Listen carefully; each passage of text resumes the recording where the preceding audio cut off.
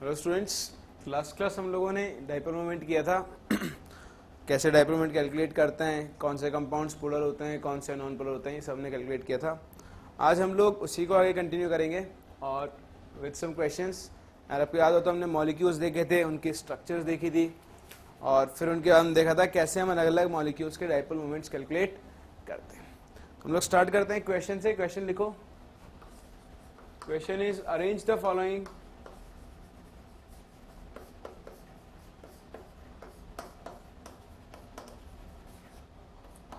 in increasing order of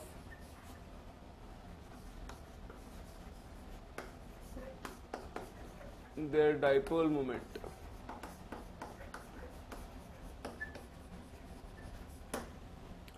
तो कुछ compound दिए हुए हैं like CH3F, CH3Cl, CH3Br and CH3I। आपको इन कंपाउंड्स को इनके डाइपोल मोमेंट के ऑर्डर में अरेंज करना है। तो देखो, अगर हमने डाइपोल मोमेंट पढ़ा था, डाइपोल मोमेंट दूसरी चीजों पर डिपेंड करता है। एक चार्ज के मैग्नीट्यूड पे डाइपोल क्या होता था, if two equal and opposite charges are placed at some distance from each other, और म्यू होता था Q इंटू डी। एक तो आप दोनों चार्जेस का मैग्नीट्यूड देखोगे और दूसरा देखोगे डिस्टेंस। चार्ज और डिस्टेंस जितना ज्यादा होगा आपके पास डाइपोल मोमेंट क्या होगा उतना ही ज्यादा। जब इस तरह के कंपाउंड्स को आप कंपेयर कर रहे हो तो आपको दोनों चीजों को अपने दिमाग में रखना होगा और फिर आपको कंपैरिजन करना होगा। तो अगर हम बात करें CF बॉन्ड, ये आपका CCl बॉन्ड होगा, ये CBr बॉन्ड होगा और ये CI बॉन्ड होगा। क्यों? क्योंकि जैसे जैसे एटम की साइज बढ़ती जा रही है वैसे वैसे बॉन्ड लेंथ क्या होती जाएगी, आपकी कम होती जाएगी। तो सबसे छोटा बॉन्ड होगा CF बॉन्ड, जबकि सबसे बड़ा बॉन्ड कौन सा होगा आपका, CI बॉन्ड। अब बात करते हैं चार्ज की। तो बात हुई डिस्टेंस की। Charge, fluorine is the most electronegative, तो इसके ऊपर जो चार्ज होगा वो सबसे ज्यादा होगा। फिर उसके बाद क्लोरीन, फिर ब्रोमीन एंड फिर आयोडीन। बोलो मानते हो? क्योंकि फ्लोरीन सबसे ज्यादा नेगेटिव है तो सबसे ज्यादा इलेक्ट्रॉन्स पुल करेगा, तो सबसे ज्यादा चार्ज का मैग्नीट्यूड होगा फ्लोरीन पे। अगर एक इसके रिस्पेक्ट में डेल्टा मानते हैं, इसका 2 डेल्टा मान सकते हैं, इसका 3 डेल्टा, इसका 4 डेल्टा। तो चार्ज और डिस्टेंस का मल्टीप्लिकेशन जहां मैक्सिमम आएगा वहां पर आपके पास डाइपोल मोमेंट क्या होगा, सबसे ज्यादा। तो देखो इस केस में चार्ज भी ज्यादा है और डिस्टेंस भी क्या है, ज्यादा है, इसलिए CCl बॉन्ड का जो डाइपोल मोमेंट आएगा वो सबसे ज्यादा होगा। तो इन कंपाउंड में सबसे ज्यादा डाइपोल मोमेंट किसका होगा आपके पास, CH3Cl का। इसका डाइपोल मोमेंट सबसे ज्यादा नहीं होगा क्योंकि इसकी डिस्टेंस तो ज्यादा है लेकिन उसी प्रोपोर्शन में चार्ज का मैग्नीट्यूड क्या हो गया है, कम हो गया है, तो इसका डाइपोल मोमेंट मैक्सिमम नहीं हो सकता है। तो सबसे ज्यादा डाइपोल मोमेंट उसका होगा जिसके लिए चार्ज और डिस्टेंस का मल्टीप्लिकेशन क्या होगा, इसकी डिस्टेंस भी बड़ी है और इसका चार्ज भी क्या है, ज्यादा है। फिर अगर हम इनमें कंपेयर करते हैं तो फ्लोरीन के ऊपर चार्ज बहुत ज्यादा है, तो इसकी वजह से क्लोरीन के बाद कौन आएगा आपके पास, fluorine, that is CH3F, then CH3Br and then CH3।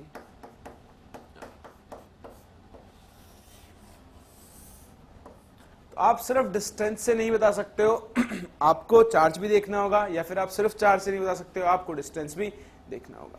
लेकिन वहां पर जहां पर कंपेरेबल हो, जहां डोमिनेट कर रहा है, जैसे यहाँ चार्ज डोमिनेट कर रहा है या डिस्टेंस डोमिनेट कर रही है, तो आप अपने आप इनको कंपेयर कर सकते हो। तो इसका ऑर्डर क्या होगा, CH3Cl सबसे ज्यादा, फिर CH3F, फिर CH3Br और फिर CH3। ये होगा इनके डाइपोल मोमेंट का ऑर्डर। चलो एक और क्वेश्चन।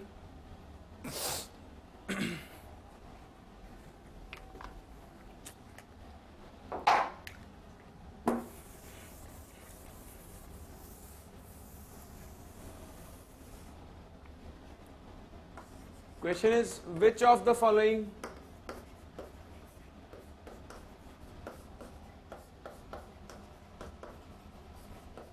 is polar?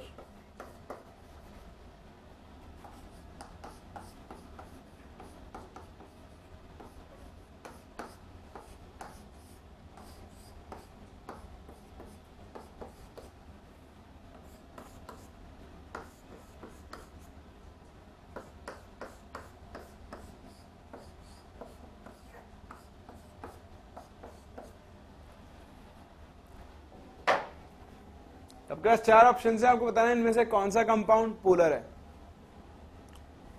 देखो ये BF3 sp2 hybridisation, no lone pair, regular geometry, इसका म्यू कितना आएगा 0, तो ये तो क्या हो गया नॉन पोलर। CCl4 भी हमने देखा था, ये भी क्या होगा नॉन पोलर, दोनों दूसरे को कैंसिल कर रहे हैं नॉन पोलर। यहाँ पर इसकी डायरेक्शन इधर, इसकी डायरेक्शन इधर, ये भी दोनों एक दूसरे को क्या कर रहे हैं कैंसिल कर रहे हैं, यानी ये भी कैसे होना चाहिए नॉन पोलर। लेकिन यहाँ पर साथ में क्या है H, CH, इस CH बॉन्ड का क्या कुछ डाइपोल मूवमेंट होगा, इस CH बॉन्ड का भी डाइपोल मूवमेंट होगा, तो इस CH बॉन्ड के डाइपोल मूवमेंट की वजह से ये कंपाउंड कैसा होगा आपका नॉन पोलर, बाकी सारे कैसे होंगे। एक बार देखने पर ये कंपाउंड में आपको क्या लगता है, ये भी क्या होगा नॉन पोलर, क्योंकि CCl बॉन्ड ऊपर CCl बॉन्ड नीचे, दोनों एक दूसरे को कैंसिल करेंगे, तो ये कंपाउंड कैसा होना चाहिए नॉन पोलर। बट एक्चुअली ये कंपाउंड कैसा होता है आपका पोलर। तो इस तरह से आप पता करते हो डाइपोल मूवमेंट से कौन से कंपाउंड्स पोलर होंगे, कौन से नॉन पोलर होंगे, कौन से कम पोलर होंगे और कौन से ज्यादा पोलर होंगे। फिर देखो एक और क्वेश्चन, या क्वेश्चन ना लिख के हम लोग इसको नेक्स्ट पार्ट में करते हैं। आप लोग नेक्स्ट हेडिंग डालो application of dipole movement, application of dipole movement. सबसे पहला एप्लीकेशन होता है इसका पोलर नेचर।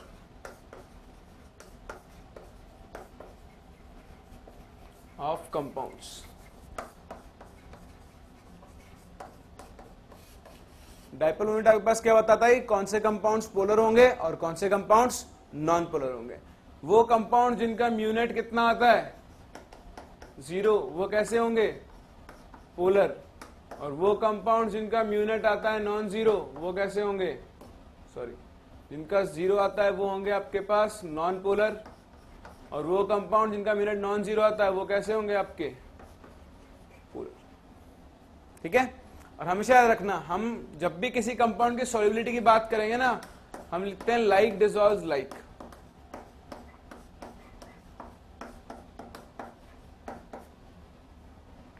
तो जो कंपाउंड्स पोलर होंगे those are soluble in polar solvents. इसी तरह जो कंपाउंड्स नॉन पोलर होंगे वो किस में सॉल्युबल होंगे, non polars are soluble in non polar solvents. तो वो कंपाउंड जो पोलर होते हैं वो पोलर में सॉल्युबल होंगे, वो कंपाउंड्स जो नॉन पोलर होते हैं वो नॉन पोलर सॉल्वेंट्स के अंदर क्या होंगे सॉल्युबल। ठीक है, हमेशा रखना। फॉर एग्जांपल अगर मैं कहूं बेंजीन, बेंजीन प्लस वाटर, बताओ ये सॉल्युबल होंगे या फिर नहीं होंगे। तो आपको चेक करना है बेंजीन, बेंजीन कैसी होती है नॉन पोलर, इसका म्यू सॉरी बेंजीन कैसी होती है पोलर, इसका म्यू कितना होता है 0, और वाटर कैसा होता है नॉन पोलर। एक पोलर नॉन पोलर में डिसॉल्व नहीं हो सकता, मतलब ये दोनों क्या होंगे इमिसिबल, ये एक दूसरे में डिसॉल्व नहीं होंगे। अगर मैं कहता हूं CHCl3 प्लस वाटर, CHCl3 का म्यूनेट क्या आएगा नॉन जीरो, मतलब ये कैसा है पोलर, ये भी कैसा है पोलर, पोलर पोलर एक दूसरे को डिसॉल्व कर लेंगे। CHCl3 प्लस CCl4, ये पोलर ये नॉन पोलर, डिसॉल्व नहीं करेंगे। CCl4 in carbon disulphide CH2, carbon disulphide की स्ट्रक्चर होगी C double bond S like CO2, इसका डाइपोल मोमेंट इधर, इसका डाइपोल मोमेंट इधर, म्यू कितना हो जाएगा 0। ये कंपाउंड भी नॉन पोलर, ये कंपाउंड भी नॉन पोलर, दोनों नॉन पोलर एक दूसरे में डिसॉल्व हो जाएंगे। तो जो पोलर होते हैं वो पोलर में डिसॉल्व होते हैं, जो नॉन पोलर होते हैं वो नॉन पोलर में डिसॉल्व होते हैं। और ये पोलर नॉन पोलर कैरेक्टर को हम किससे डिसाइड करते हैं, आपके डाइपोल मूवमेंट से। अगर म्यूनेट 0 है तो कंपाउंड नॉन पोलर होगा, अगर म्यूनेट नॉन जीरो है तो कंपाउंड कैसा होगा आपका पोलर होगा। देखो नेक्स्ट टर्म होता है आपके पास परसेंटेज आयनिक character.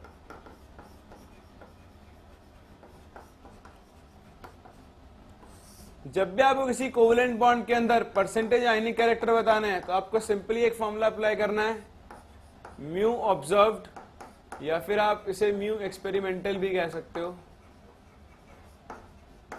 Upon mu theoretical into,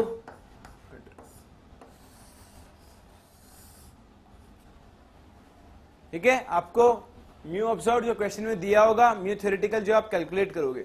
देखो जब भी आप थ्योरेटिकल कैलकुलेट करोगे, मान लो एच एफ बॉन्ड है, थ्योरेटिकल क्या कहता है कि थ्योरेटिकल कहता है पूरा चार्ज इधर ट्रांसफर होगा, इस पे चार्ज होगा -1, इस पे चार्ज कितना होगा +1, यानी यहाँ पे जो भी चार्ज का मैग्नीट्यूड है वो होगा एक इलेक्ट्रॉन के चार्ज के बराबर, और मल्टीप्लाइड बाय डिस्टेंस, तो म्यू कितना हो जाएगा E into the bond length.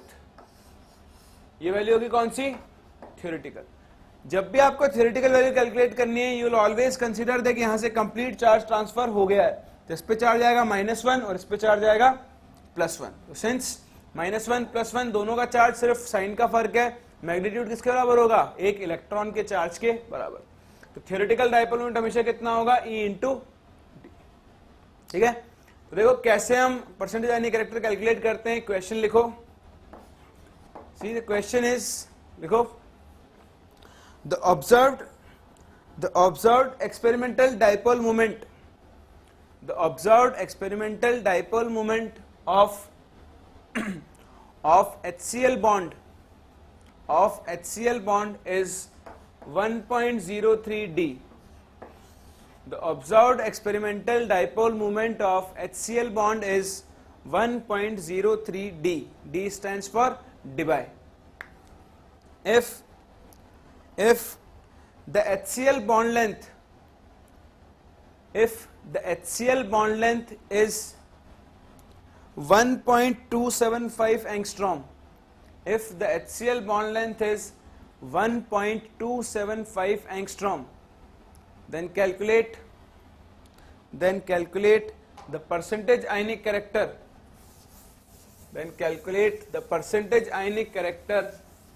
in the HCl bond. Calculate the percentage ionic character in the HCl bond.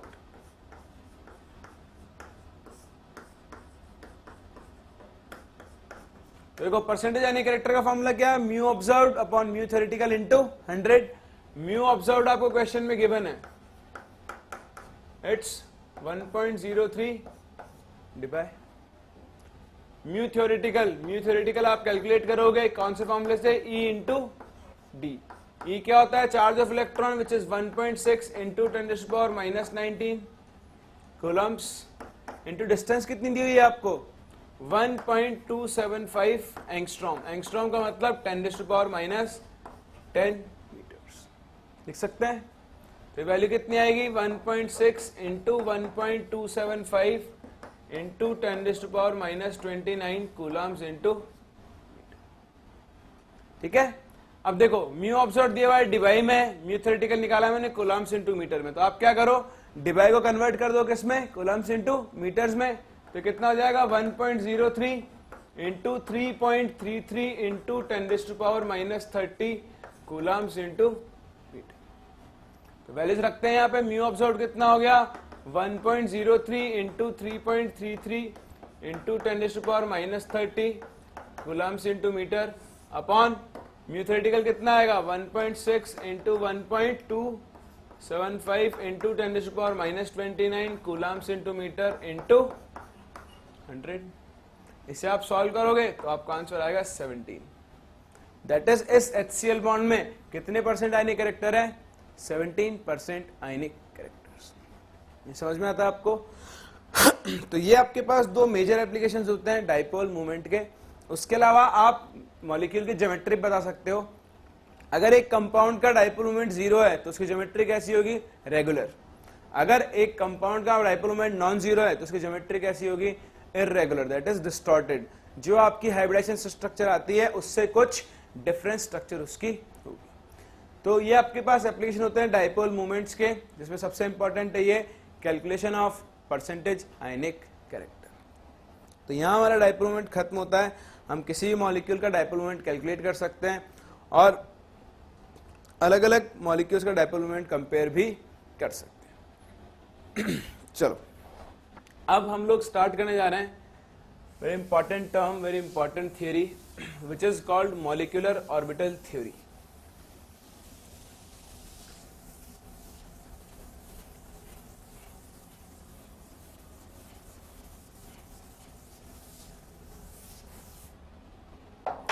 So next term is molecular orbital theory. इसे हम प्यार से बुलाएंगे MOT, sorry MOT, molecular orbital theory. देखो molecular orbital theory आपको explain करती है कि किस तरह से डायएटॉमिक मॉलिक्यूल्स फॉर्म होते हैं. याद रखना, diatomic molecules. It's only applicable for diatomic molecules. Diatomic homonuclear भी हो सकते हैं और हेट्रोन्यूक्लियर. होमोन्यूक्लियर का मतलब जैसे N2, O2, जिनमें एक ही टाइप के एटम्स हो. हेट्रोन्यूक्लियर मतलब carbon, carbon monoxide CO, nitrous oxide NO. ठीक है, तो एमओटी सिर्फ डायएटॉमिक मॉलिक्यूल्स के लिए वैलिड है. एमओटी एक्सप्लेन करती है कि किस तरह से आपके पास मॉलिक्यूल्स फॉर्म होते हैं bye the combination of atoms. ये बताती है कि मॉलिक्यूल जब बनते हैं तो उससे पहले क्या होता होगा, क्यों एटम्स कंबाइन होते हैं, और जो कुछ भी होता है वो सब कुछ हम यहाँ डिटेल में पढ़ेंगे. तो आप सबसे पहले लिखोगे इट एक्सप्लेन्स, लिखो it explains the formation of molecules. It explains the formation of molecules by the combination of atoms. It explains the formation of molecules by the combination of atoms. देखो हो सकता है शुरू में आपको कुछ समझ में ना आए, आपको लगेगा पता नहीं क्या चल रहा है, हम कहाँ पहुँच गए, लेकिन ऐसा नहीं है. शुरू में हम कुछ टर्म्स डिफाइन करेंगे, कुछ प्रोसेस होंगे जिनको हम फॉलो करेंगे. उसके बाद जैसे हम लास्ट में पहुँचेंगे तो आपको शुरू की पहले की जो पूरी पिक्चर है वो बिल्कुल क्लियर हो जाएगी. तो आपको परेशान नहीं होना है अगर आपको शुरू के 2-3 टर्म समझ में नहीं आते. हो सकता है आपको लगेगा पता नहीं आप क्या क्या पढ़े जा रहे हो, लेकिन उन सबका कुछ मतलब है जो आपको इसके खत्म होने के बाद आसानी से समझ में आ जाएगा. थोड़ा सा पेशेंस रखना और ध्यान से देखना. तो देखो मॉलिक्यूलर ऑर्बिटल थ्योरी बताती है कैसे आपके पास एटम्स फॉर्म होते हैं. इस थ्योरी के कुछ मेन पॉइंट्स हैं जो आपको लिखने होंगे. तो लिखो following are some main points of this theory. Following are some main points of this theory. इसका पहला पॉइंट है like atomic orbitals.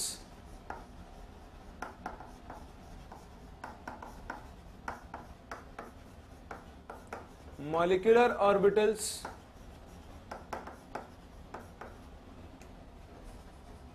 are present in an atom. Sorry, in a molecule. जिस तरह से एक एटम में एटॉमिक ऑर्बिटल्स होते हैं उसी तरह एक मॉलिक्यूल में क्या होंगे, मॉलिक्यूलर ऑर्बिटल्स. पहली चीज. दूसरा, molecular orbitals are formed by the combination of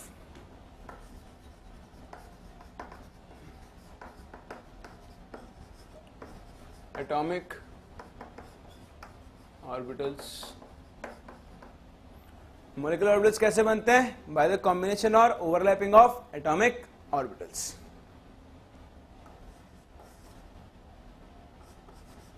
molecular orbitals are under the influence of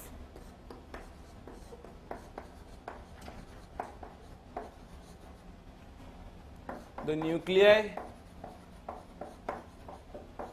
of the bonding atoms.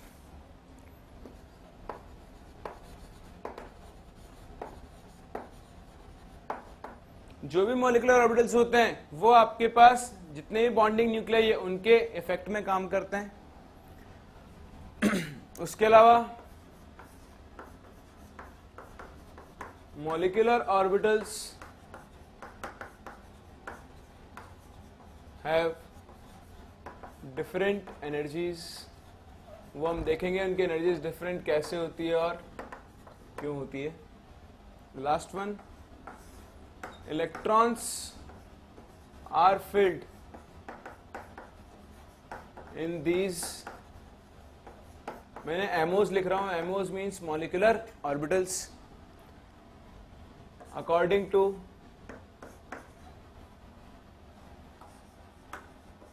Aufpo's principle, Hund's principle and Pauli's principle. ये कुछ पॉइंट्स हैं आपके पास जो बताते हैं कैसे मॉलिक्यूल्स के अंदर मॉलिक्यूलर ऑर्बिटल फॉर्म होते हैं। Molecular orbitals are found by the combination of atomic orbitals. जब भी एटॉमिक ऑर्बिटल कंबाइन होंगे तो आपके पास क्या बनेंगे? Molecular orbital. ये मॉलिक्यूलर ऑर्बिटल जो होते हैं इनकी एनर्जीज क्या होती हैं? डिफरेंट। वो कैसे होती है हम देखते हैं अभी। तीसरी चीज, जो मॉलिक्यूलर ऑर्बिटल्स होते हैं उनके अंदर भी इलेक्ट्रॉन्स की वैसे ही फीलिंग होती है जैसे आपके एटॉमिक ऑर्बिटल्स में होती है। Aufbau rule, Hund's rule and Pauli's exclusion principle आपको यहाँ पे फॉलो करना पड़ता है। ठीक है, तो कुछ मेन पॉइंट्स जो हमें पता होने चाहिए before applying molecular orbital theory. फिर लिखो formation of molecular orbitals. Formation of molecular orbitals from atomic orbitals. Formation of molecular orbitals from atomic orbitals. देखो हम देखेंगे कैसे आपके एटॉमिक ऑर्बिटल्स कंबाइन होते हैं and they form molecular orbitals. Molecular orbitals के फॉर्मेशन को एक्सप्लेन करने के लिए कहा गया है कि लिखो molecular orbitals are formed, molecular orbitals are formed by the linear combination of, by the linear combination of atomic orbitals. और इसके लिए यूज करते हैं हम LCAO मेथड।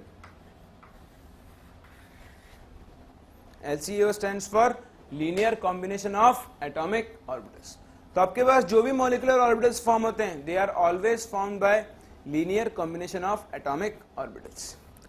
देखो एक ऑर्बिटल जो होता है ना, उस ऑर्बिटल का एक कैरेक्टरिस्टिक होता है जो होता है उसका वेव फंक्शन, जिसे हम बोलते हैं साई। हमने एटॉमिक स्ट्रक्चर में साई पढ़ा है।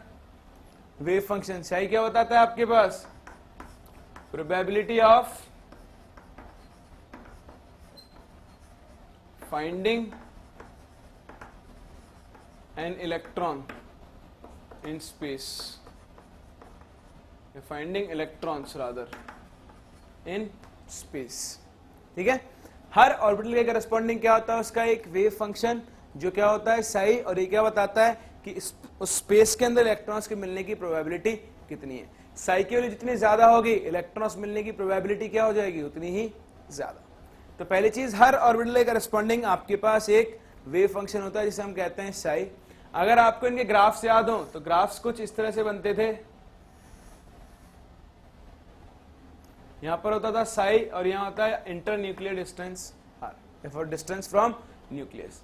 यहाँ पे साई का साइन क्या होता है? पॉजिटिव। और यहाँ पे साइन का साइन क्या होता है? साई का साइन क्या होता है? नेगेटिव। तो साइन का साइन पॉजिटिव भी हो सकता है और नेगेटिव भी हो सकता है। ये तो भी पहली चीज, साई क्या होता है? ये एक ऑर्बिटल से एसोसिएटेड होता है। हर एक ऑर्बिटल का अपना एक वेव फंक्शन होगा जिसे हम साई से डिनोट करते हैं। अगर आपके पास दो एटम्स हैं ए और बी और वो कंबाइन होकर एक मॉलिक्यूल बना रहे हैं AB, तो एक एक कुछ ऑर्बिटल्स होंगे, उनका वेव फंक्शन कितना होगा? साई ए। इस B के कुछ ऑर्बिटल्स होंगे जिनका वेव फंक्शन कितना होगा? साई B। और ये जो मॉलिक्यूल बनेगा इसके भी ऑर्बिटल्स होंगे जिनका वेव फंक्शन कितना होगा? Psi AB। तो LCAO मेथड कहता है कि जो आपका मॉलिक्यूल बनेगा, जो आपके मॉलिक्यूलर ऑर्बिटल्स बनेंगे, these are found by the linear combination of atomic orbitals. यानी एटॉमिक ऑर्बिटल्स के वेव फंक्शन के कॉम्बिनेशन से आपके पास क्या बनेगा? मॉलिक्यूलर ऑर्बिटल का वेव फंक्शन। यहाँ पे प्लस साइन भी हो सकता है और माइनस साइन, यानी दोनों ऐड भी हो सकते हैं और दोनों सब्ट्रैक्ट भी हो सकते हैं। जब आपके पास दोनों सब्ट्रैक्ट होंगे, साई ए प्लस साई बी, तब हम इसे कहेंगे कंस्ट्रक्टिव ओवरलैप। और कंस्ट्रक्टिव ओवरलैप से आपके पास हमेशा फॉर्म होंगे बॉन्डिंग मॉलिक्यूलर ऑर्बिटल्स, जिन्हें हम कहेंगे BMOs। ठीक है, वहीं पे अगर ये होता है psi AB is equal to psi A minus psi B, इसे हम कहेंगे डिस्ट्रक्टिव ओवरलैपिंग या डिस्ट्रक्टिव ओवरलैप और कॉम्बिनेशन। और यहां से आपके पास फॉर्म होंगे एंटी बॉन्डिंग मॉलिक्यूलर ऑर्बिटल्स, जिन्हें हम कहेंगे ए बी एमओस। तो जब भी आपके पास दोनों ऑर्बिटल्स के वेव फंक्शंस ऐड होंगे तो बॉन्डिंग मॉलिक्यूलर ऑर्बिटल्स बनेंगे। जब भी आपके पास दोनों वेव फंक्शन सब्ट्रैक्ट होंगे तो आपके पास एंटी बॉन्डिंग ऑर्बिटल्स बनेंगे, कुछ इस तरह से। सपोज ये आपकी एक वेव है ए,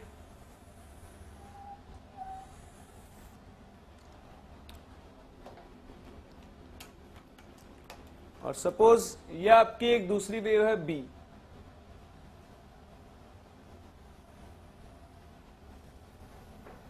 This is B and this is A. Since दोनों सेम फेज में, दोनों एक ही डायरेक्शन में, तो इनका जो रिजल्टेंट आएगा उसका वेव फंक्शन दोनों से क्या हो जाएगा? इसे हम बोलेंगे कंस्ट्रक्टिव ओवरलैप। जो दोनों वेव फंक्शंस थे वो ऐड हो गए और जो नेट आएगा वो इन दोनों से ही क्या आएगा? बड़ा। यहां पे ये जो वेव फंक्शन बनेगा शाई ए बी, ये कितना होगा? Psi A plus psi B, which will be for B M. लेकिन अगर आपके पास negative overlap, sorry destructive overlap होना है, तो डिस्ट्रक्टिव ओवरलैपिंग में क्या होगा? एक वेव होगी इस तरह से, ये हो गई वेव ए, और दूसरी वेव क्या होगी? इसके opposite, like this is B. तो जो इन दोनों का रिजल्टेंट आएगा उसका वेव फंक्शन दोनों से ही क्या आ जाएगा? बहुत छोटा। तो ये होगा आपके पास resultant, that is psi A B, and this will be equal to psi A minus शाई, और यहां से आपके पास क्या बनेगा? A B. यानी जब कंस्ट्रक्टिव ओवरलैप होगा तो नेट जो होगा वो होगा psi A plus psi B, और वो क्या बनेगा आपके पास? Bonding molecular orbital. इस प्रोसेस को हम पॉजिटिव ओवरलैप भी बोलते हैं। This is also known as positive overlap, और इस प्रोसेस को हम नेगेटिव ओवरलैप बोलते हैं। अभी हम देखेंगे। तो ये होता है पॉजिटिव ओवरलैप और ये होता है आपका नेगेटिव ओवरलैप। जब दोनों के वेव फंक्शन सब्ट्रैक्ट होते हैं तो उसे हम नेगेटिव ओवरलैप कहेंगे, जब दोनों के वेव फंक्शंस ऐड होते हैं तो उसे हम पॉजिटिव ओवरलैप कहेंगे। ये क्लियर है आपको? चलो अब आगे मूव करते हैं, देखते हैं कैसे आपके पास पॉजिटिव और नेगेटिव ओवरलैपिंग होती है। सबसे पहली चीज, जब ऑर्बिटल्स के वेव फंक्शंस एक दूसरे पे लीनियरली ऐड होते हैं तो आपके पास क्या फॉर्म होते हैं? मॉलिक्यूलर ऑर्बिटल्स के वेव फंक्शन। अगर पॉजिटिव ओवरलैपिंग हो रही है तो बॉन्डिंग ऑर्बिटल्स फॉर्म होंगे, अगर नेगेटिव ओवरलैपिंग हो रही है तो एंटी बॉन्डिंग ऑर्बिटल्स फॉर्म होंगे। We are going to see two types of overlapping, positive overlapping and negative overlapping. तो देखो, किसी भी ऑर्बिटल को, जैसे आपका एक ऐसा ऑर्बिटल है, ये आपका पी ऑर्बिटल है, ठीक है। मैं यहां पे प्लस और माइनस साइन दे सकता हूं, यहां भी प्लस और माइनस साइन दे सकता हूं, ठीक है। इस प्लस और माइनस साइन से आपको क्या समझ में आता है? आपको समझ में आता है कि इसके जो इलेक्ट्रॉन्स थे वो सब इधर शिफ्ट हो गए। यहां पे क्या आ जाएगा? Negative charge. यहां से इलेक्ट्रॉन्स चले गए, इस पर क्या आ गया? Positive charge. इसके सारे इलेक्ट्रॉन्स कौन सी लोब में? इस लोब में, इसलिए इसका नेगेटिव चार्ज, और इसके सारे लोब्स किधर है? इधर, तो उसका पॉजिटिव चार्ज, ठीक है। ये आपको अगर समझ में आता है तो ये गलत है, ये आपको समझ में नहीं आना चाहिए। ये समझ में क्या आना चाहिए? यहां पर ये जो प्लस और माइनस है, these are the signs of wave functions of these orbitals. हमने जो ग्राफ देखे हैं, जैसे एस के लिए अगर मैं ग्राफ देखूं, एस का ग्राफ कुछ ऐसा होता है, ये पॉजिटिव पार्ट वेव फंक्शन का, ये नेगेटिव पार्ट। अगर मैं पी के लिए ग्राफ देखूं तो वो कुछ ऐसा होता है, ये पॉजिटिव पार्ट और ये नेगेटिव पार्ट। तो ये साइंस यही डिनोट कर रहे हैं। ये वेव फंक्शन, यहाँ पे वेव फंक्शन पॉजिटिव वैल्यू रखता है, यहाँ पे वेव फंक्शन नेगेटिव वैल्यू रखता है, यहाँ पे वेव फंक्शन पॉजिटिव वैल्यू रखता है और यहाँ पे वेव फंक्शन नेगेटिव वैल्यू रखता है। इसका साइन इलेक्ट्रॉन से कनेक्ट मत करना।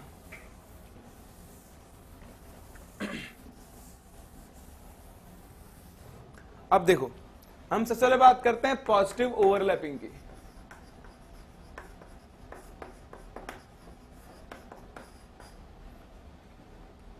ओवरलैपिंग शुरू करने से पहले मैं यहां पे आपको एक नोट लिखवाना चाहूंगा, विच इज वेरी इंपॉर्टेंट। इसको आप याद रखना। लिखो, z axis is taken as molecular axis. So z axis is taken as the molecular axis. That is all the overlappings. That is all the overlappings along z axis. That is all the overlappings along z axis will be considered as axial overlappings. Will be considered as axial overlappings. देखो हमने यहाँ पे z axis को क्या लिया है, molecular axis, इसलिए z के अलोंग जो भी ओवरलैपिंग होगी उसे हम कौन सी ओवरलैपिंग मान के चलेंगे, एक्सियल ओवरलैपिंग. समझ में आता है, याद रखना, इसको भी हम यूज करेंगे. तो पहले बात करता हूं एस एस ओवरलैपिंग की. दो एस ऑर्बिटल्स हैं, इसमें भी हम पॉजिटिव ओवरलैपिंग पढ़ रहे हैं.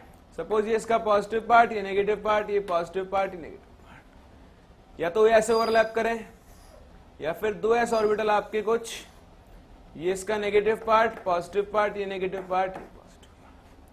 अगर दोनों के दोनों पॉजिटिव मिल रहे हैं, दोनों के दोनों वेव फंक्शन के साइन सेम है, तो इसको हम कौन सी ओवरलैपिंग बोलते हैं, पॉजिटिव ओवरलैपिंग. इसको नेगेटिव ओवरलैपिंग मत बोल देना कि भैया दोनों नेगेटिव मिल रहे हैं तो नेगेटिव, दोनों पॉजिटिव मिल रहे हैं तो पॉजिटिव. ये दोनों कौन सी ओवरलैपिंग्स हैं, these are both positive ओवरलैपिंग्स.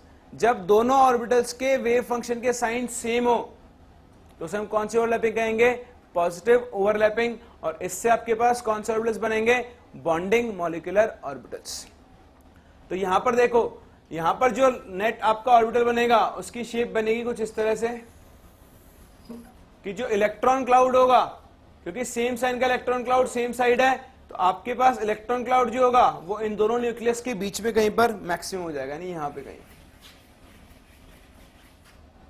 Since ये एक एस ऑर्बिटल है, ये भी एस और ये भी एस, और एस ऑर्बिटल्स हमेशा कौन सी बॉन्डिंग शो करते हैं, कौन सी ओवरलैपिंग शो करते हैं, एक्सियल. इसलिए यहां पे जो ऑर्बिटल बनेगा वो कौन सा ऑर्बिटल लेगा, सिग्मा मॉलिक्यूलर ऑर्बिटल.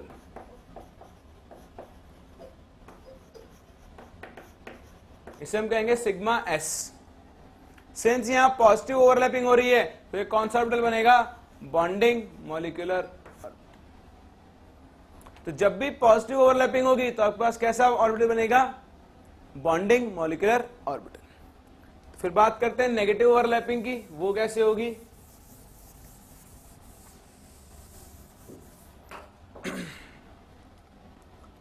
अगर आपके पास एक एस ऑर्बिटल जिसका साइन नेगेटिव पॉजिटिव और दूसरा एस ऑर्बिटल ऐसे हो, पॉजिटिव नेगेटिव, तो यहां पे दोनों के वेव फंक्शंस के साइन क्या हैं, अपोजिट.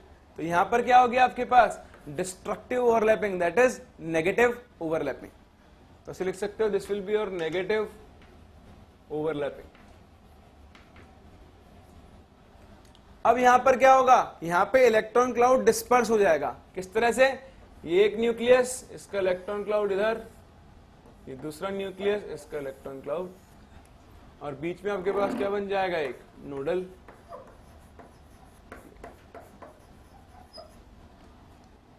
तो ये हुई पॉजिटिव ओवरलैपिंग और ये हुई आपके पास नेगेटिव ओवरलैपिंग. नेगेटिव ओवरलैपिंग से बॉन्ड बनेगा उसे हम कहेंगे anti bonding molecular orbital. Again क्योंकि ये एक्सियल ओवरलैपिंग होगी, ये एस ऑर्बिटल्स हैं, इसलिए इस बॉन्ड का नाम भी होगा सिग्मा, लेकिन इसे हम कहेंगे sigma star S. That is your anti bonding molecular orbital. ये समझ में आता है. तो ये हुई आपके पास एस एस ओवरलैपिंग. इनसे बॉन्ड हमेशा कौन से ऑर्बिटल बनेंगे, हमेशा सिग्मा. लेकिन एक होगा बॉन्डिंग जिसे हम कहेंगे सिग्मा एस, दूसरा होगा एंटी बॉन्डिंग जिसे हम कहेंगे सिग्मा स्टार एस. फिर इसी में आपके पास और टाइप्स आते हैं लाइक एसपी.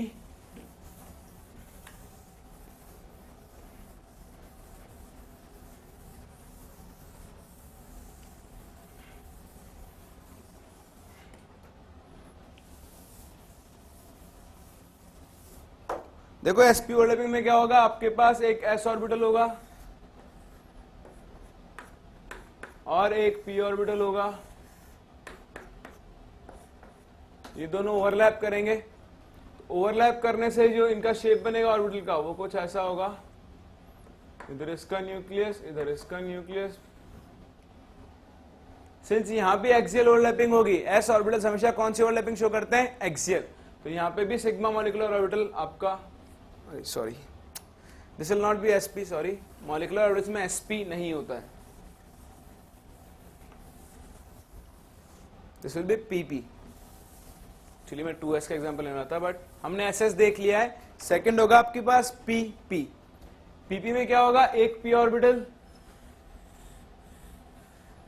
प्लस माइनस और दूसरा p ऑर्बिटल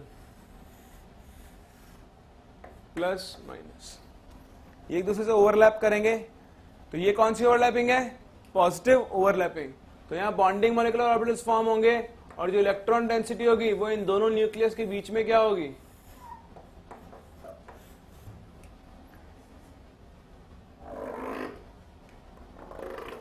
ये कौन सा ऑर्बिटल है, pz। क्यों, क्योंकि हमने मॉलिक्यूलर एक्सिस किसे माना है, z एक्सिस को। तो जब pz ओवरलैप करेगा तो हमेशा कौन सी ओवरलैपिंग शो करेगा, एक्सियल ओवरलैपिंग, क्योंकि मॉलिक्यूलर एक्सिस z एक्सिस है। तो इसके अलोंग जो भी ऑर्बिटल्स आएंगे वो हमेशा कौन सी ओवरलैपिंग शो करेंगे, एक्सियल ओवरलैपिंग। और एक्सियल ओवरलैपिंग से हमेशा कौन से बॉन्ड बनते हैं, सिग्मा बॉन्ड्स। इसलिए यहाँ पे जो आपका मॉलिक्यूलर ऑर्बिटल फॉर्म होगा वो कौन सा होगा, सिग्मा मॉलिक्यूलर ऑर्बिटल। ये किसके कॉम्बिनेशन से बना है, pz से, इसलिए हम क्या कहेंगे, सिग्मा pz। इसी तरह अगर इनके बीच में नेगेटिव ओवरलैपिंग हो, ये प्लस और ये माइनस, ये माइनस और ये प्लस, तो यहां पर क्या होगा, आपके पास anti bonding molecular orbital form होगा और क्या बनेंगे आपके पास, nodal planes. Electron cloud disperse हो जाएगा। सिंस यहां भी pz है और एक्सियल ओवरलैपिंग होगी, इसलिए ये बॉन्ड भी कैसा होगा, सिग्मा, लेकिन ये होगा बॉन्डिंग और ये कैसा होगा, एंटी बॉन्डिंग, इसलिए हम इसे कहेंगे सिग्मा स्टार pz। समझ में आता है। तो सिग्मा कैसे बनेगा, जब आपके पास एक्सियल ओवरलैपिंग होगी। सिंस pz हमेशा एक्सियल ओवरलैपिंग शो करेगा, इसलिए pz की ओवरलैपिंग से सिग्मा बॉन्ड्स ही फॉर्म होंगे। देन अगर z एक्सियल कर रहा है तो बताओ x कौन सी ओवरलैपिंग शो करेगा, क्योंकि x और y एक्सिस z के क्या होती है, परपेंडिकुलर। तो x और y दोनों हमेशा कौन से ओवरलैपिंग शो करेंगे, पैरेलल और साइडवेज ओवरलैप। सपोज ये दोनों px px है, या फिर ये दोनों py py भी हो सकते हैं। अगर ये पॉजिटिव, ये भी पॉजिटिव, ये नेगेटिव, ये नेगेटिव, तो यहाँ पे पॉजिटिव ओवरलैपिंग होगी। और जब पॉजिटिव ओवरलैपिंग होती है तो कौन सा बॉन्ड बनते हैं, सॉरी कौन सा ऑर्बिटल बनते हैं, बॉन्डिंग मॉलिक्यूलर ऑर्बिटल। सिंस यहाँ पे पैरेलल ओवरलैपिंग भी है, एक्स और, अगर देखो अगर z आपकी मॉलिक्यूलर एक्सिस है तो x और y इसकी क्या होंगे, परपेंडिकुलर। तो अगर इधर से एक x आ रहा है तो वो ऐसे आएगा px z के अलोंग, इधर से भी px आएगा, वो कैसे आएगा, z के अलोंग ऐसे। तो इन दोनों की एक्सिस हमेशा क्या रहेगी, एक दूसरे के पैरेलल। तो दो px हमेशा कौन सी ओवरलैपिंग शो करेंगे, पैरेलल, और कौन सा बॉन्ड बनाएंगे, पाई बॉन्ड। दैट मींस यहां पे जो ऑर्बिटल फॉर्म होगा वो कौन सा ऑर्बिटल होगा आपके पास, पाई मॉलिक्यूलर ऑर्बिटल। इसे हम कहेंगे पाई मॉलिक्यूलर ऑर्बिटल। अगर ये x से बनता है तो पाई px और y से बनता है तो पाई py। सिंस यहां पॉजिटिव ओवरलैपिंग हुई है तो ये कौन सा ऑर्बिटल होगा, बॉन्डिंग मॉलिक्यूलर ऑर्बिटल। इसी तरह अगर हम यहां पे बात करें नेगेटिव ओवरलैपिंग की, तो नेगेटिव ओवरलैपिंग के केस में क्या होगा, सेम दो p ऑर्बिटल होंगे, ये इसका पार्ट नेगेटिव, ये पॉजिटिव, और ये दूसरा p ऑर्बिटल, ये पॉजिटिव, ये नेगेटिव। यहां कौन सी ओवरलैपिंग होगी, नेगेटिव ओवरलैपिंग। और जब भी नेगेटिव ओवरलैपिंग होगी तो आपके पास इलेक्ट्रॉन क्लाउड डिस्पर्स होगा और ये कुछ ऐसा बनता है।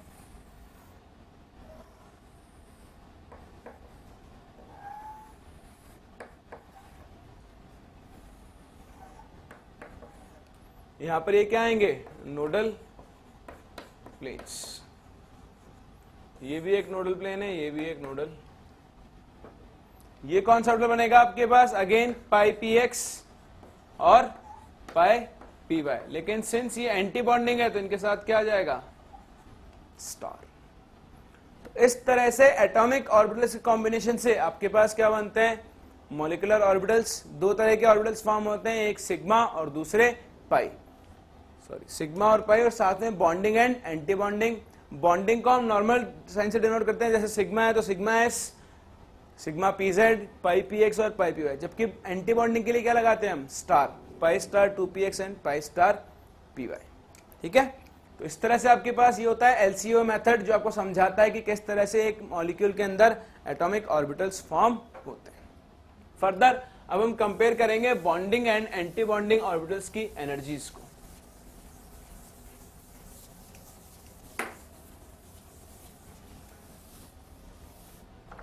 तो आप लोग यहां पे लिख सकते हो that ABMOs, that is your anti-bonding molecular orbitals, have higher energy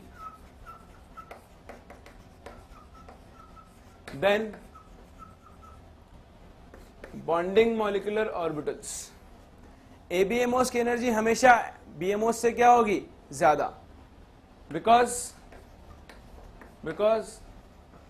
there exists significant repulsion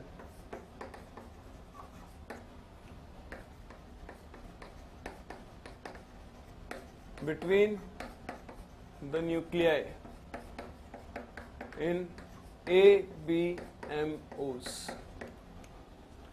देखो जो भी आपके पास एंटी बॉन्डिंग मॉलिक्यूलर ऑर्बिटल्स होते हैं उनकी एनर्जी हमेशा क्या होती है, बॉन्डिंग मॉलिक्यूलर ऑर्बिटल से ज्यादा होती है, क्योंकि ABMOs के अंदर अगर हम यहां पर देखें तो ये हमारा एक ABMO था। इस ABMO में न्यूक्लियस जो है वो सारे पास पास है, जबकि इलेक्ट्रॉन्स क्या है, अपोजिट डायरेक्शंस के अंदर है। जबकि बॉन्डिंग के अंदर क्या था, इलेक्ट्रॉन क्लाउड दोनों न्यूक्लियस के बीच में रहता है। तो यहां पर न्यूक्लियर के बीच में रिपल्शन क्या होगा, ज्यादा, क्योंकि डिस्टेंस क्या है, कम। अगर रिपल्शन ज्यादा होगा तो एनर्जी भी क्या होगी, ज्यादा होगी। हमेशा एंटी बॉन्डिंग मॉलिक्यूलर ऑर्बिटल्स जो होते हैं वो एनर्जी में बॉन्डिंग मॉलिक्यूलर ऑर्बिटल्स से क्या होते हैं, ऊपर होते हैं। ठीक है, आपको याद रखना है, कोई भी एंटी बॉन्डिंग ऑर्बिटल है, कोई भी बॉन्डिंग ऑर्बिटल है, तो एंटी बॉन्डिंग वाले की एनर्जी हमेशा क्या होगी, ज्यादा होगी, जबकि बॉन्डिंग मॉलिक्यूलर ऑर्बिटल की एनर्जी क्या होगी, हमेशा कम होगी। समझ में आता है? चलो, तो ये हमें याद रखना होगा ऑर्डर। अब देखो इन ऑर्बिटल्स का, जो हमने ऑर्बिटल्स बनाए, इन ऑर्बिटल्स का भी कुछ एक एनर्जी ऑर्डर होता है, लेकिन पहले हम देखते हैं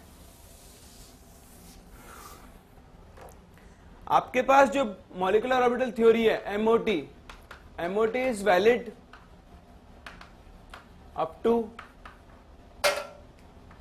एटॉमिक नंबर 10। कितने तक वैलिड है, एटॉमिक नंबर 10, और टोटल इलेक्ट्रॉन्स इक्वल टू 20। यहां पर आपके MOT वैलिड है। अगर आप एटॉमिक नंबर 10 की बात कर रहे हो तो मैक्सिमम कॉन्फिगरेशन जा सकता है 1s2, 2s2, 2p6। कॉन्फ़िगरेशन इससे ज्यादा नहीं जाएगा। तो यहां पे आपके पास तीन तरह के ऑर्बिटल्स कंबाइन हो सकते हैं, एक 1s प्लस 1s, दूसरा 2s प्लस 2s, तीसरा p। p में तीन अलग अलग होते हैं, 2px, 2py and 2pz। So 2px plus 2px, 2px plus 2py and 2pz plus 2pz। वही एटॉमिक ऑर्बिटल्स मिलकर मॉलिक्यूलर ऑर्बिटल्स बनाएंगे जिनकी एनर्जी क्या होती है, सिमिलर। दो अलग अलग एनर्जी के ऑर्बिटल्स मिलकर मॉलिक्यूलर ऑर्बिटल्स फॉर्म नहीं कर सकते। 2s और 2p मिलकर मॉलिक्यूलर ऑर्बिटल नहीं बनाए। अब देखो जब 1s और 1s कंबाइन होंगे तो यहां पे दो तरह के ऑर्बिटल फॉर्म होंगे। s हमेशा एक्सियल ओवरलैपिंग करता है, एक होगा सिग्मा s, सिंस 1 से बन रहा है तो उसे कहेंगे सिग्मा 1s, और यहां क्या बनेगा, सिग्मा स्टार 1s। एक बॉन्डिंग और दूसरा एंटी बॉन्डिंग। एंटी बॉन्डिंग की एनर्जी ज्यादा होती है इसलिए मैंने इसे ऊपर रखा है, बॉन्डिंग की कम होती है इसलिए मैंने इसे नीचे रखा है। 2s जब बनेंगे तो ये क्या बनाएगा, सिग्मा 2s, और ये क्या बनाएगा, सिग्मा स्टार 2s। ये sigma 2px, sorry this is not sigma 2px। x के अलोंग जो ओवरलैपिंग होगी वो कौन सी होगी, पैरेलल ओवरलैपिंग, इसलिए हम इसे कहेंगे पाई 2px, और ये क्या बनेगा, पाई स्टार 2px। सिमिलरली 2py के लिए जो होगी उसे हम क्या कहेंगे, पाई 2py and pi star 2py। इसी तरह Z के अलॉन्ग जो ओवरलैपिंग होती है वो कौन सी होती है? हमेशा एक्सियल, इसलिए इसे हम कहेंगे सिग्मा स्टार 2pz और सिग्मा 2p। तो इस तरह से आपके पास ये ऑर्बिटल्स फॉर्म होंगे 1 2 3 4 5 6 7 8 9 10। 10 ऑर्बिटल्स अगर कंबाइन हो रहे हैं तो नए 10 ऑर्बिटल्स फॉर्म होंगे जिनका डेजिग्नेशन इस तरह से होगा। ये समझ में आता है आपको? अब ये ऑर्बिटल्स का एनर्जी का एक ऑर्डर होता है जो हमें याद रखना होगा, जिसके बेसिस पर हम यहाँ इलेक्ट्रॉन्स की फिलिंग करेंगे। तो ये जो ऑर्डर है ये आपको याद रखना है, और इसको याद रखने के लिए मैंने आपके लिए एक ट्रिक बनाई है। The trick will be very useful to you.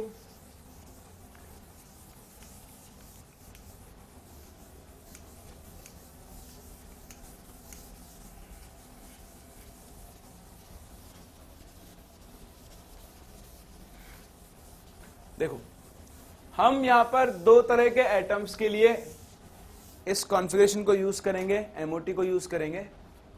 तो मैं यहां पे इसे लिख रहा हूं, एक वो एटम्स जिनके लिए Z है लेस देन और इक्वल टू 7, या टोटल इलेक्ट्रॉन्स जो हैं are less than and equal to 14। हम उन एटम्स की बात करें जिनमें टोटल इलेक्ट्रॉन्स कितने होंगे? लेस देन इक्वल टू 14, जिसका Z क्या होगा? लेस देन और इक्वल टू 7, यानी up to nitrogen. Up to nitrogen आप इसको यूज कर सकते हो। आप याद रखना trick, for Z less than 7 आप लिखोगे 2121। ये 2121 क्या होता है आपको अभी समझ में आ जाएगा। देखो, सबसे पहले हम अगर यहां तक कॉन्फ़िगरेशन की बात करें 7 तक, तो कॉन्फ़िगरेशन होगा 1s2 2s2 और अप टू 2p3। तो सपोज यहां पर आप एक एटम को लेते हो, उसका 1s ऑर्बिटल 1s, और यहां पे दूसरे एटम का 1s। तो ये 1s और 1s कंबाइन होंगे और दो ऑर्बिटल्स बनाएंगे। This would be sigma 1s क्योंकि ये बॉन्डिंग है, और यहां पर क्या आएगा? सिग्मा स्टार 1s क्योंकि ये कैसा है? Anti bonding. इसी तरह इस एटम का 2s और इस एटम का 2s ये कंबाइन होंगे और दो नए ऑर्बिटल्स बनाएंगे। This would be sigma 2s and this would be sigma star 2s. Similarly 2p of this atom and 2p of this atom, 2p में 3 है। तो देखो 2p ऑर्बिटल जब कंबाइन होते हैं दो पाई बॉन्ड्स बनते हैं और एक सिग्मा, दो पाई ऑर्बिटल्स बनते हैं एक सिग्मा। फिर 2-1-2 उसी के लिए पहले दो बॉक्सेस एक साथ, फिर एक बॉक्स, फिर दो बॉक्सेस एक साथ, और फिर से एक बॉक्स। ठीक है, इन्हें हम कहेंगे this will B pi 2px and pi 2py। Pi 2px और पाई 2py हमेशा सेम रहेंगे क्योंकि दोनों सेम टाइप के ऑर्बिटल्स हैं। यहां पर आएगा sigma 2pz। This will B pi star 2px and this will B pi star 2py। तो ये बचा तो क्या होगा? Sigma star 2pz। 2 1 2 1, दो बॉक्स एक बॉक्स, दो बॉक्स एक बॉक्स। दो box stands for pi 2px pi 2py, one box stands for sigma 2pz। Similarly upper two box pi star 2px pi star 2py and the uppermost box is sigma star 2pz। तो ये होता है arrangement up to atomic number 7 और electrons equal to 14। जब भी आपको electrons fill करने हैं यहां पर तो इसी ऑर्डर में फिल करेंगे। यही इनका इंक्रीजिंग ऑर्डर ऑफ एनर्जी है। ये सबसे कम एनर्जी, फिर ये, फिर ये, फिर ये, फिर ये, फिर ये, फिर ये। और फिलिंग कैसे करते हैं अभी हम देखेंगे। वहीं पे अगर आपके पास Z ग्रेटर देन 8 हो, if Z is greater than 7 up to 20, तो यही कॉन्फ़िगरेशन देखो, यहां तक आपका कॉन्फ़िगरेशन बिल्कुल सेम रहेगा, exactly same configuration।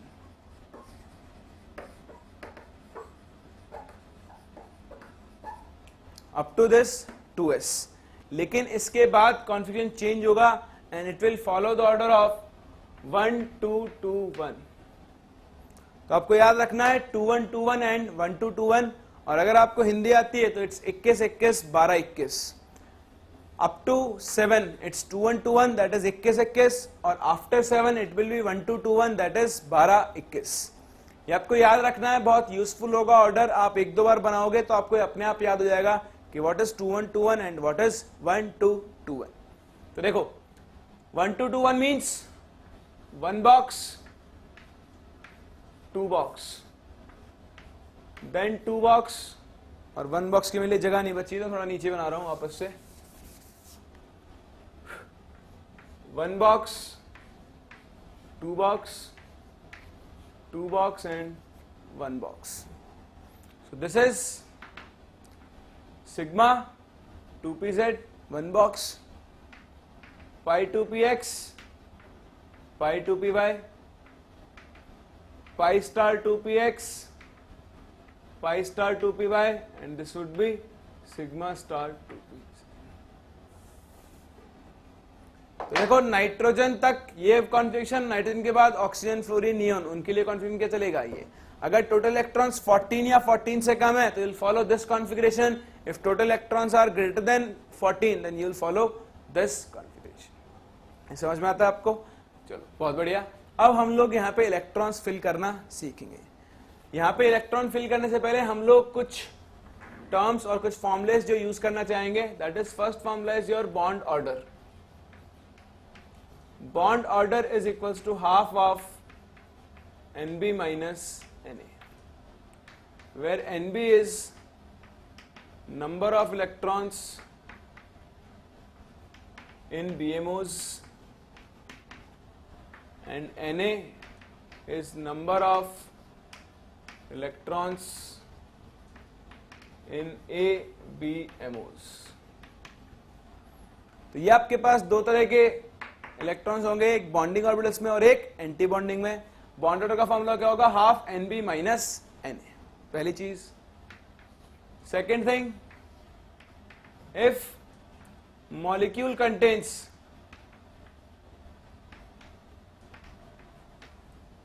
Unpaired electrons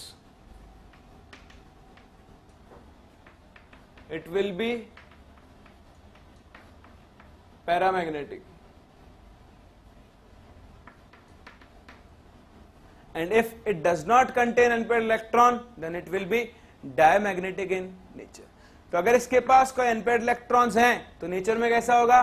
paramagnetic. अगर आपके मॉलिक्यूल के पास अनपेयर्ड इलेक्ट्रॉन्स नहीं है तो नेचर में कैसा होगा? Diamagnetic. Third, stability. See stability is proportional to bond order. जिसका बॉन्ड ऑर्डर जितना ज्यादा होगा उसकी स्टेबिलिटी क्या होगी? उतनी ही ज्यादा। जैसे जैसे बॉन्ड ऑर्डर बढ़ता जाएगा उस मॉलिक्यूल की स्टेबिलिटी क्या होती जाएगी? बढ़ती जाएगी। If bond order is same, if bond order is same, तो आप यहां लिख सकते हो, लिखो if bond order is same then the molecule having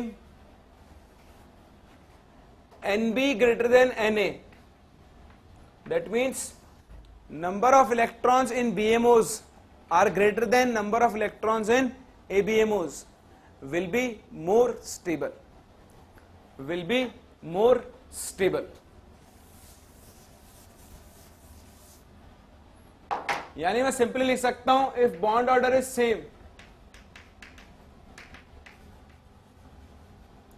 then stability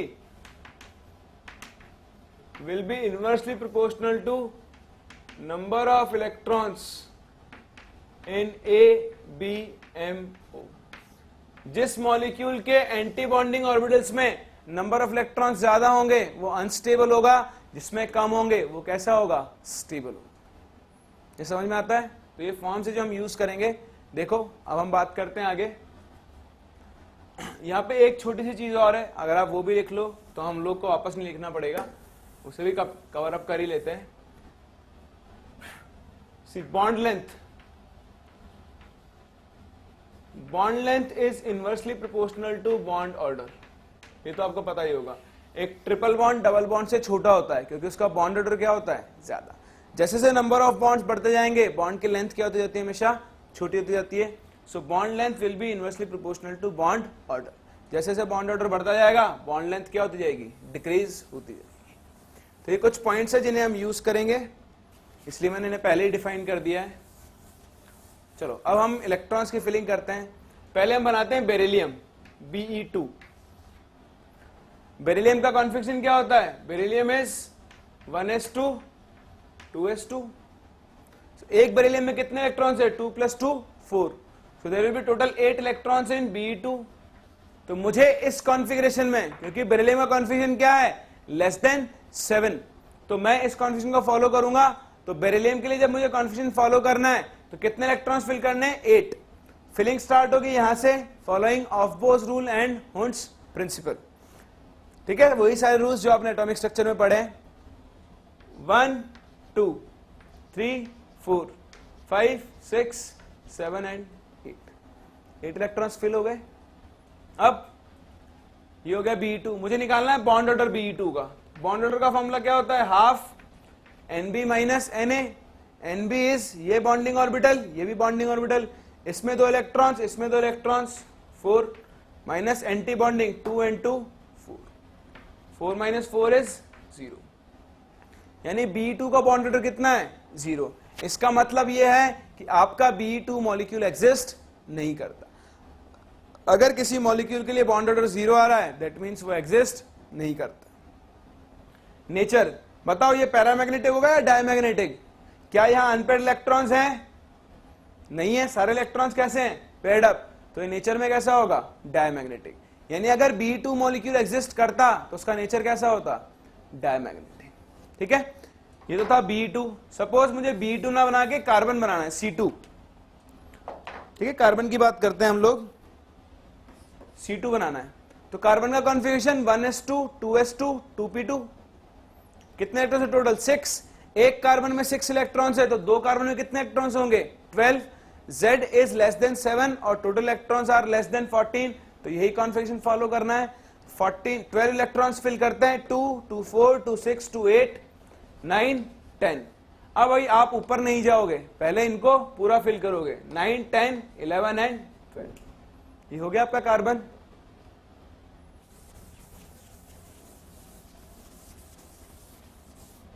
तो अगर हम बात कर रहे हैं C2 की, ठीक है, यहां पे हम बात करते हैं बॉन्ड ऑर्डर। देखो ये फिलिंग हो गई है पूरी 12 इलेक्ट्रॉन्स की। अगर मैं इसका बॉन्ड ऑर्डर निकालूं तो बॉन्ड ऑर्डर कितना आएगा? Half Nb minus Na। Nb is 2 + 2 + 4, कितना हुआ? 8। माइनस एंटी बॉन्डिंग 2 और 2 4, ये तो खाली पड़ा है। 4/2 इज 2। यानी कार्बन के अंदर 2 कार्बन में क्या होगा? डबल बॉन्ड एग्जिस्ट करेगा। यानी कार्बन का बॉन्ड ऑर्डर कितना होगा? 2। ये समझ में आता है?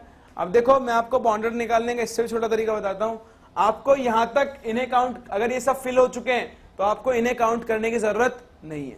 आप इन्हें काउंट ही ना करो, क्योंकि देखो Nb माइनस Na, 2 - 2 कितना आएगा? 0। 2 - 2 कितना आएगा? 0। आप इन्हें काउंट करो चाहे इन्हें काउंट ना करो, बॉन्ड ऑर्डर पे कोई भी फर्क नहीं पड़ेगा, अनटिल एंड अनलेस ये कंप्लीटली फिल्ड नहीं है। जैसे ये फिल्ड है, आप इन्हें काउंट करना बंद कर दो। आपको बॉन्ड ऑर्डर निकालना है, निकाल लेते हैं। हाफ Nb में कितने हैं? Nb is bonding 2 and 2 4। Anti bonding कैसा पड़ा है? खाली 0। 4/2 कितना आता है? देखो बॉन्ड ऑर्डर सेम आ रहा है। आप डायरेक्टली यहीं से काउंट कर लिया करो अगर ये सारे कंप्लीटली फिल्ड हैं। यानी अगर एटॉमिक नंबर 4 से ज्यादा है तो आप हमेशा यहीं से काउंट कर लो। समझ में आता है? चलो ये तो हुआ C2। बताओ C2 का नेचर कैसा होगा? पैरामैग्नेटिक या डायमैग्नेटिक? सारे इलेक्ट्रॉन्स कैसे हैं? Paired up. तो नेचर कैसा होगा? डायमैग्नेटिक। यानी this is diamagnetic in nature. हम C2 की जगह बनाते हैं C2 माइनस। C2 से C2 माइनस कब बनेगा? C2 से C2 माइनस बनेगा जब C2 में एक एक्स्ट्रा इलेक्ट्रॉन ऐड हो जाएगा। ठीक है, तो यहां पर एक इलेक्ट्रॉन और ऐड करते हैं, ये तो फुलफिल है। अगला इलेक्ट्रॉन कहां जाएगा? यहां पे जाएगा। बॉन्ड ऑर्डर निकालते हैं C2 माइनस का। बॉन्ड ऑर्डर क्या होगा? हाफ Nb में कितने हो गए? 2 and 2 4 and 5। Na तो अब भी खाली पड़ा है। 5/2 कितना होगा? 2.5। तो ये कितना हो जाएगा? 2.5। नेचर कैसा होगा? पैरामैग्नेटिक, क्योंकि यहां पर एक अनपेयर्ड इलेक्ट्रॉन प्रेजेंट है। C2 2 माइनस, एक इलेक्ट्रॉन और आ जाएगा, वो कहां जाएगा? यहीं पे। बॉन्ड ऑर्डर कितना हो जाएगा? Half 6 - 0 that is 3। तो बॉन्ड ऑर्डर कितना हो गया 3। नेचर कैसा होगा इसका, पैरा या डाई, सारे इलेक्ट्रॉन्स कैसे हैं पेड स्टेट में, तो ये कैसा होगा डाई मैग्नेटिक।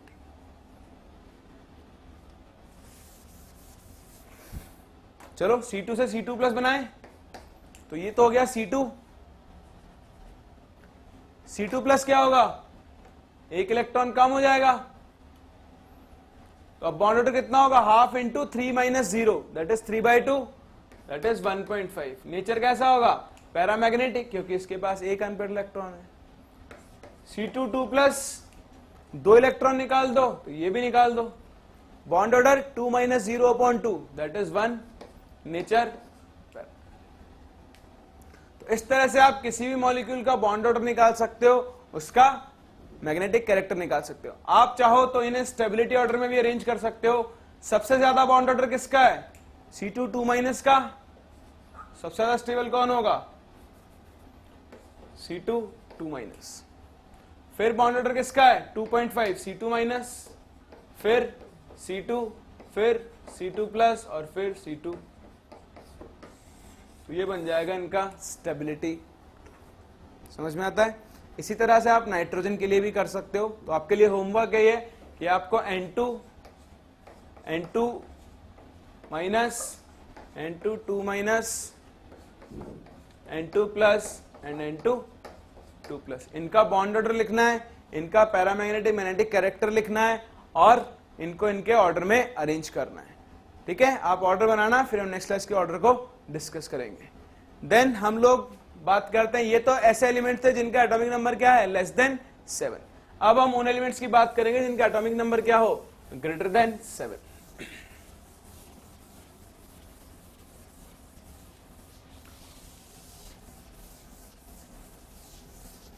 तो जब एटॉमिक नंबर ग्रेटर देन 7 हो जाएगा तो 2s तक तो सब कुछ सेम रहेगा। ठीक है, 2s तक सब कुछ सेम रह गया, चेंज कहां पर होगा, अब हो जाएगा 1 to 2 1। 1 to 2 1 मतलब 1 box that is sigma 2pz, 2 box that is pi 2px and pi 2py, फिर 2 boxes pi star 2px and pi star 2py and last is sigma star 2p होगा। मान लो मैं ऑक्सीजन की बात करता हूं, ऑक्सीजन का एटॉमिक नंबर 8, तो मुझे टोटल कितने इलेक्ट्रॉन्स फिल करने हैं 16। तो देखो यहां पे 2s होगा, यहां पर भी 2s होगा, 2 into 4 into 6 into 8, 8 इलेक्ट्रॉन्स तो हमेशा यहां तक फिल हो ही जाएंगे। तो 16 में से 8 फिल कर दिए, अब कितने बचे हैं 8।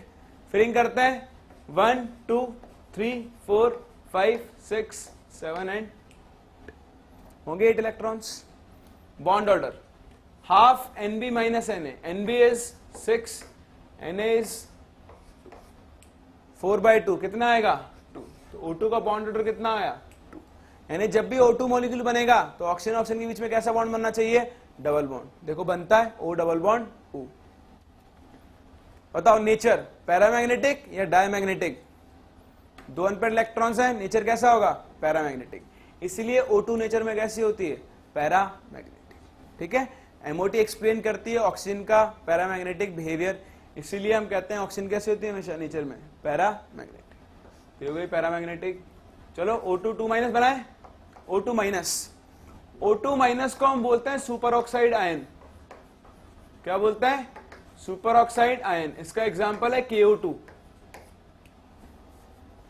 ठीक है, O2 minus super oxide ion है, इसका एक एग्जांपल है KO2, इसी फॉर्म में एग्जिस्ट करता है। तो O2 माइनस का बॉन्ड ऑर्डर निकालो, O2 माइनस में एक इलेक्ट्रॉन एक्स्ट्रा आ जाएगा, तो bond order half into 6 minus 3, 3/2 that is 1.5। बताओ नेचर कैसा होगा, एक अनपेड इलेक्ट्रॉन है तो नेचर में कैसा होगा पैरामैग्नेटिक। O2 2 माइनस, इसको हम बोलते हैं परऑक्साइड आयन। जैसे H2O2 में परऑक्साइड आयन होता है, Na2O2 में परऑक्साइड आयन होता है। यहां बॉन्ड ऑर्डर निकालो, एक और आ जाएगा, 18 इलेक्ट्रॉन्स हो गए, 6 माइनस 4 दैट इज 2, 2/2 इज 1, तो इसका बॉन्ड ऑर्डर कितना आएगा 1। सारे इलेक्ट्रॉन्स कैसे हो गए पेड अप, तो ये कैसा होगा डायमैग्नेटिक। फिर हम बात करते हैं O2 प्लस। O2 प्लस को कुछ नहीं बोलते हैं, ठीक है, ये O2 प्लस ही होता है। इसका बॉन्ड ऑर्डर निकाले तो ये था O2। O2 प्लस का मतलब एक इलेक्ट्रॉन और चला जाएगा, तो एक इलेक्ट्रॉन निकाल दो। 6 - 1 5, 5/2 2.5। समझ में आता है? Then O2 2 plus, sorry O2 plus का नेचर कैसा होगा? पैरामैग्नेटिक, क्योंकि इसके पास एक अनपेयर्ड इलेक्ट्रॉन है, तो ये भी पैरामैग्नेटिक। O2 2 प्लस, दोनों इलेक्ट्रॉन चले जाएंगे, बॉन्ड ऑर्डर कितना आएगा? 3। इसका नेचर कैसा आएगा? डायमैग्नेटिक। समझ में आता है? आप इन्हें इनके स्टेबिलिटी ऑर्डर में अरेंज कर सकते हो। सबसे ज्यादा बॉन्ड ऑर्डर इसका 3 2 this, ठीक है। तो ये आपके पास होती है मॉलिक्यूलर ऑर्बिटल थ्योरी, जो हमने अप्लाई की होमो एटॉमिक मॉलिक्यूल्स के लिए। इसी तरह आप इसे डायटोमिक मॉलिक्यूल्स के लिए भी अप्लाई कर सकते हो। सॉरी, डायटोमिक नहीं, हेट्रोएटॉमिक मॉलिक्यूल्स के लिए आप इसे अप्लाई कर सकते हो, लाइक CO एंड NO। तो आपके लिए एक छोटा सा होमवर्क है, आपने ऑक्सीजन के लिए किया, इसी तरह से आप CO और NO के लिए अप्लाई करोगे और उनका बॉन्ड ऑर्डर कैलकुलेट करोगे, ठीक है। तो ये होती है आपके पास मॉलिक्यूलर ऑर्बिटल थ्योरी, जो एक्सप्लेन करती है कि हाउ मॉलिक्यूल्स आर फॉर्म, क्या मॉलिक्यूलर ऑर्बिटल्स होते हैं, कैसे आप अलग अलग मॉलिक्यूल्स की स्टेबिलिटी की बात करते हो, कैसे उनके अंदर बॉन्ड ऑर्डर कैलकुलेट करते हो, और कैसे उनका मैग्नेटिक नेचर डिसाइड करते हो।